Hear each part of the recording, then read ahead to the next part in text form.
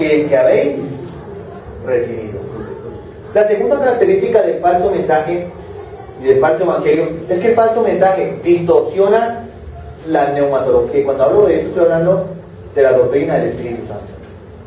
Pero hoy en día, ¿cómo prospera este movimiento tan errado como el carismatismo y el pentecostalismo?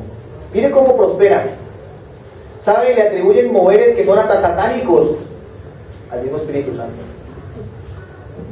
Recibe, mire, le están presentando a la gente otro espíritu diferente al Espíritu Santo. Hablan de barbaridades, de gritos, de desmayos, de brincos. Hablan del vómito santo. Hablan de visiones, de revelaciones, de un éxtasis. Pero nunca hablan de la verdadera obra del Espíritu Santo. El falso mensaje siempre distorsiona tanto la cristología como la pneumatología.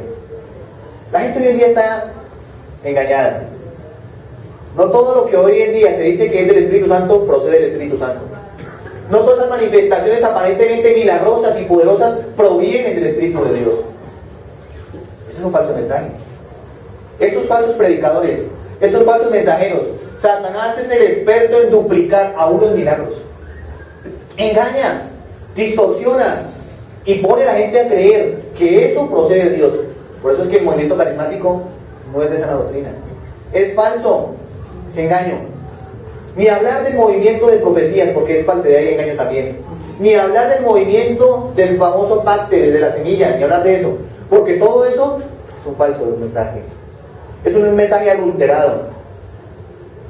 En Hechos capítulo 8 tenemos un claro ejemplo de lo que es el claro engaño, de cómo aún se ha falsificado, atribuyendo lo que no proviene de Dios como si fuera de Dios. Dice el versículo 9: pero había un hombre llamado Simón, que antes ejercía la magia en aquella ciudad, mire, y había engañado a la gente de Samaria, haciéndose pasar por algún grande. Versículo 10: a este oían atentamente todos, desde el más pequeño hasta el más grande, diciendo, mire, este es el gran poder de Dios. Y estaban atentos, porque con sus artes mágicas ni les había engañado mucho tiempo. Note eso, este hombre era un engañador. La gente veía, el hecho de que sucedan cosas en un lugar no significa que proceda de Dios. La gente le atribuye todo lo que aparentemente pasa dentro de un lugar como si fuera de Dios. Si fuera así, entonces la nueva era estaría bien. Si fuera así, entonces los que toman el Yaquel y el Amazonas estarían correctos. Si fuera así, entonces todos los movimientos del positivismo, de palabra de fe, estarían correctos. Entiéndalo bien. No todo mover que se le atribuye a Dios es de Dios. Este hombre había engañado a la gente, mire, y la gente le oía. ¿Saben qué decían? Ese es el gran poder de Dios. Hoy vemos todo tipo de barbaridades en nombre de Jesucristo. Hoy vemos todo tipo de barbaridades y de falso mensaje, atribuyéndoselo al Espíritu Santo. No es el Espíritu Santo, es un engañador. Es un falso mensaje de este hombre llamado Simón, cómo había engañado a la gente. Y ¿saben? La gente le oía. Dice que oía mucha gente, mire, versículo 10, a este oían atentamente todos, desde el más pequeño hasta el más grande. Y no solo oían, miren qué decían: este es el gran poder de Dios. Y le estaban atentos, miren, porque con sus artes mágicas les había engañado mucho tiempo. La gente hoy en día quiere ver aparentemente señales que para creer el mensaje del Evangelio. ¿No es así? La Biblia dice que no andamos por vista, andamos por fe. Amén. No es creer por ver. No hay que ver algo sobrenatural. Mire, la gente dice, si yo veo algo sobrenatural, creo. Mire, puede ser usted una víctima del engaño. Satanás también puede hacer obras aparentemente milagrosas. Tenemos el caso de Simón. Simón había engañado a la gente con sus artes mágicas. Y la gente decía, este es el poder de Dios. Hoy en día vemos desmayos, brincos, gritos, cosas raras atribuidas al Espíritu de Dios. No es el Espíritu de Dios. Es un falso mensaje. Es el falso evangelio que se ha metido entre las iglesias. Y lo triste de todo es que la iglesia que se dice que es de Jesucristo es la que está metida en eso. Vemos espiritistas metidos dentro de la iglesia. El Señor me está mostrando, eso se llama clarividencia, eso es nueva era. No está mostrando nada. Ya Dios no revela, ya Dios no habla por profecías, por sueños, por visiones. Si hay algo de eso metido en el cristianismo, se llama espiritismo, es un brujo disfrazado de pastor. Amén, amén. Engañadores, falsos milagreros, obradores de señales. Todo eso es evidencia de un falso mensaje para engañar a la gente. Y miren, lo triste es que eso tiene bastante acogida. Dice que mucha gente, todos oían a este Simón, dice desde el más pequeño hasta el más grande. La gente oye y decía, este sí es el poder de Dios. Porque sabe que la gente siempre quiere ver para creer. La gente quiere ver obras milagrosas para decir que es el mensaje del Evangelio. Dios, obre o no obre, sigue siendo Dios. Haga o no haga, sigue siendo Dios. El hombre sin Dios no es nada. Dios sin el hombre sigue siendo Dios. La Biblia entonces presenta de que el falso mensaje que hoy en día escuchamos es una falsa neumatología. Falsos modelos atribuidos al Espíritu de Dios. ¿Cómo engañaba a este hombre a la gente? ¿Cómo se hacía pasar por un grande? Así que si usted creyó en un mensaje donde todo era milagros, señales, prodigios, tengo que decirle que le presentaron un mensaje falso. Un falso evangelio. Ese no es el evangelio. No estamos negando que Dios no pueda obrar, pero ese no es el eje central del mensaje del evangelio. El mensaje central del evangelio es muerte, resurrección de Cristo y salvación para el que le acepta. Ese es el mensaje central del evangelio. No pactos, no promesas, no semillas, no aparentemente moveres, temblores, gritos, desórdenes, nada de eso. Segundo Timoteo capítulo 3 nos habla un poco de la apostasía. Y es muy importante que dice en el versículo 8 del capítulo 3 de 2 Timoteo: y de la manera que Janes y Jambres resistieron a Moisés, así también estos resisten a la verdad, hombres corruptos de entendimiento, reprobos en cuanto a la fe.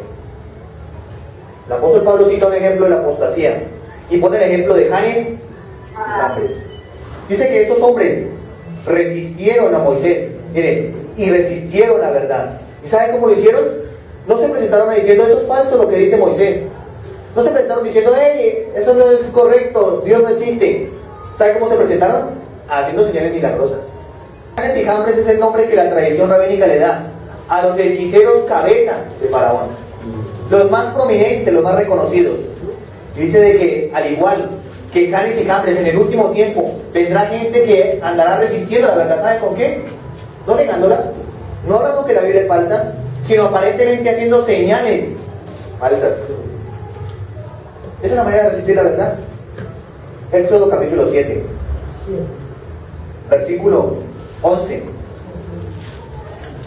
Entonces llamó también Faraón sabios y hechiceros. Mire, e hicieron también, raya eso, lo mismo, los hechiceros de Egipto con sus encantamientos. Pues echó cada uno su vara, las cuales se volvieron culebras, mas la vara de Aarón devoró las varas de ellos. Y el corazón de Faraón se endureció y no los escuchó, como Jehová lo había dicho. Noten eso. ¿Saben qué hacen estos milagreros hoy en día? Hacer que la gente se endurezca su corazón y apartarlos del mensaje de Dios. Por eso dice el apóstol Pablo, de que Janes y Jambres resistieron a Moisés y la verdad. ¿Cómo? Con señales falsas y engañosas.